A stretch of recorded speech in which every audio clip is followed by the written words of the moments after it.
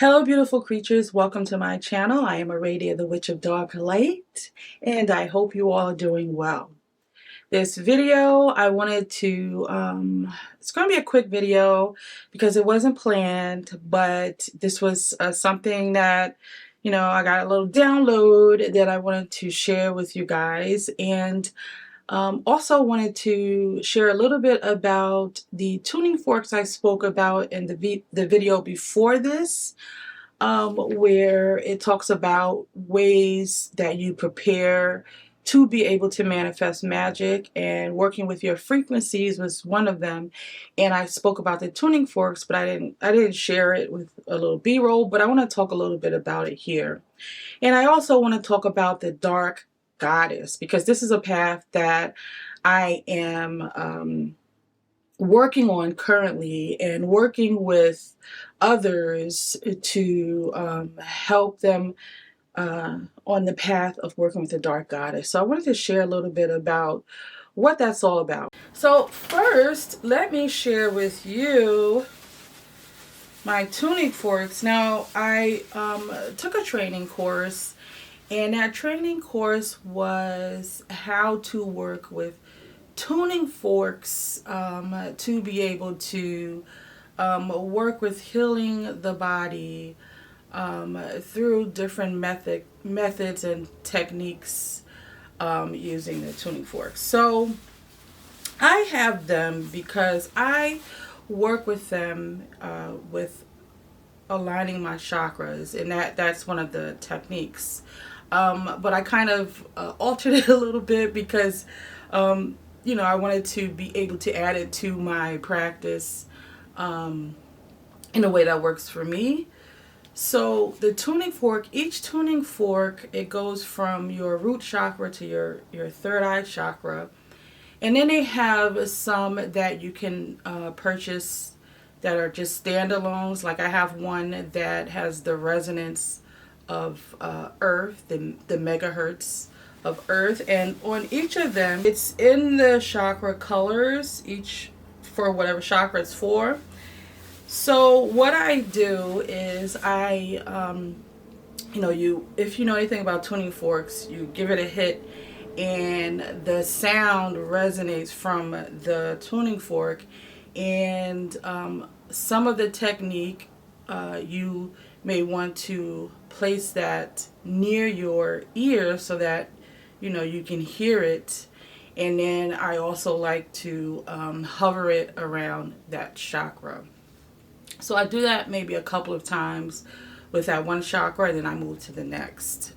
So if you want to know more about that, let me know. I am sharing that with my patrons. And also, if you go, I've been working on my website, which is what has been keeping me busy. I've been kind of rebranding it, but I have a membership section to the website where I have begun to upload things about the dark goddess, and working with the dark goddess and other aspects of of magic that I feel are foundations in magic. So there I will have an upload of me working with each of the tuning forks and uploading the sound of each of the tuning forks.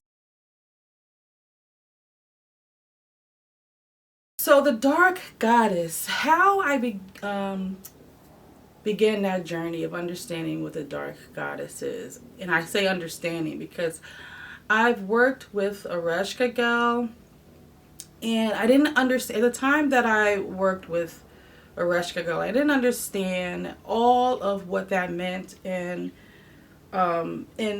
aspect to the dark goddess, and maybe I wasn't ready to go that deep. But at the time when I worked with Ereshkigal, I had this. I was traveling in my sleep in the astral, and how I know that it was the astral, because at the time I'm a dreamer, so sometimes it gets the astral and my just the logic of dreaming gets crossed. So I ran across a coven sister, and she points at me and she goes, you were in the astral with me the other night, and she began to describe everything that I saw in the astral. So this is when I began to dissect it more, and I had gone into this kind of underworld, and it was like a cavern, a real deep cavern, and it was like people standing around, almost like it was a school, but in the underworld. And I was going up these steps, and they were like carved out steps in the cave, and I was holding this book, and there was a door that I was standing in line to go into, but I never got a chance to go into the door.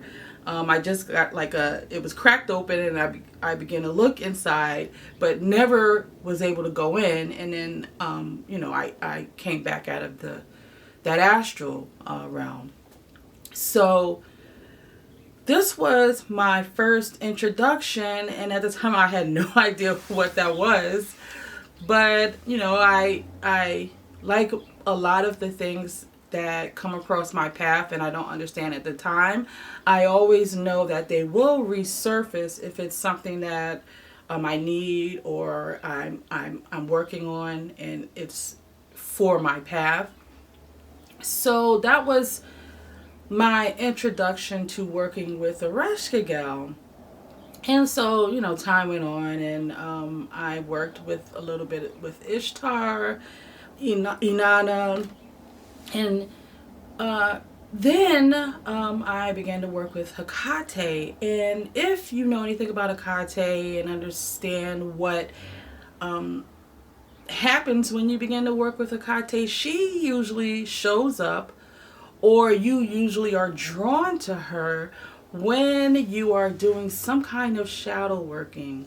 Because my understanding of what the dark goddess archetype represents is just that, the darkness.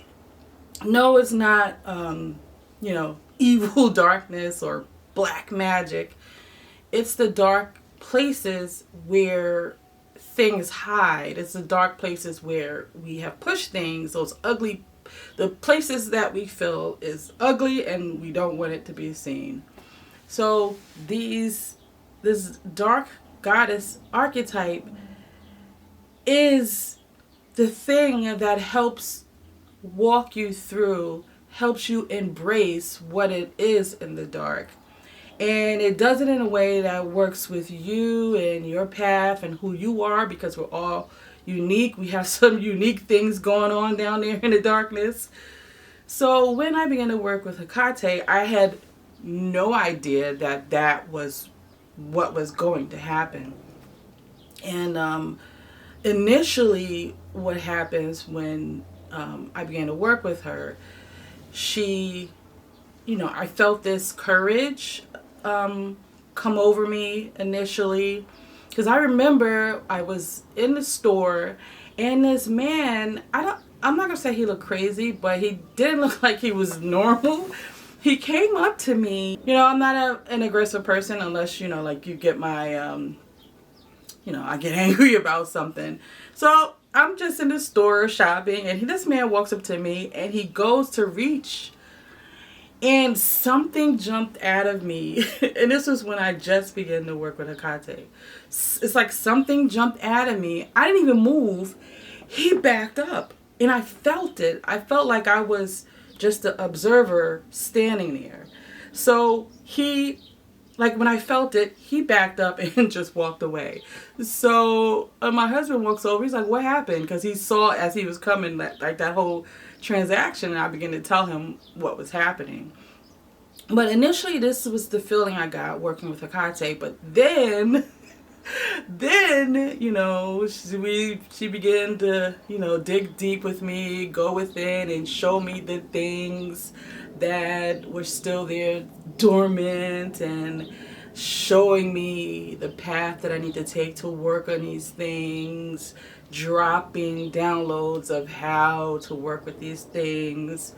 So it wasn't pleasant all of the way, but I understood that for me to excel, move forward, evolve, be illuminated, awaken, come into awareness, I had to do what it took to do that shadow work, do that path working, go take that descent into the underworld and drop off all of these things that I had built as protection. Just, let it all bear and let it all hang out and just be vulnerable to be able to.